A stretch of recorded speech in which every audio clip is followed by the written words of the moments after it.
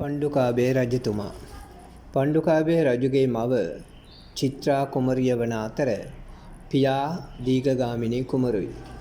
ඉතිහාසය තුල විවිධ කතා මේ රජු ගැන තියෙනවා.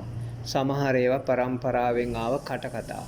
මහා වංශයේ සඳහන් වෙන්නේ කුඩා කාලයේ ඊටාම දුෂ්කර අභියෝග වලට මුහුණ දුන් ළමා චරිතයක් විදිහට.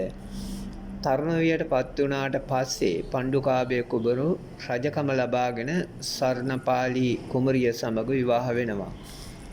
පණ්ඩුකාභය රජුට පෙර අපේ රටේ රජකම් කළ විජය රජු සහ පණ්ඩුවාස දේව රජු ඉන්දියාවෙන් පැමිණි අය.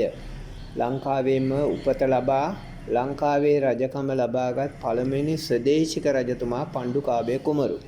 මෙතුමා ගැන සඳහන් මූලාශ්‍රවල ඒ කියන්නේ ඉතිහාසය ගැන ලියවී ඇති පොතපතෙහි පණ්ඩුකාභය කුමරු ඊටාම දක්ෂ වගේම තමන්ගේ ඉලක්කය කරා ගමන් කරපු කෙනෙක් විදියට සඳහන් වෙනවා. අනුරාධපුරය කියන ගම නගරයක් බවට පත් කළේ මෙතුමායි. මාස කිහිපයක් පමණක් වැසි ලැබෙන අනුරාධපුරයේ ජනතාවට ජලය හිඟවීම නිසා විශාල දුෂ්කරතාවලට මුහුණ පාන්නට වෙනවා. මේක හොඳින් අවබෝධ කරගත්ත පණ්ඩුකාභය රජතුමා නගරයේ එක් කොනක වැවක් නිර්මාණය කරනවා. මේ වැව තමයි ලංකාවේ පළවෙනිම වැව. මේ වැව අභය වැව හෙවත් බසවක්කුළන් වැව කියලා හඳුන්වනවා. ඊට අමතරව ගාමිණී වැව හා ජය වැව කියන වැව් ඉදි කරනවා. අවුරුදු 70ක් පමණ රජකම් මෙතුමා රජකම් කරනවා.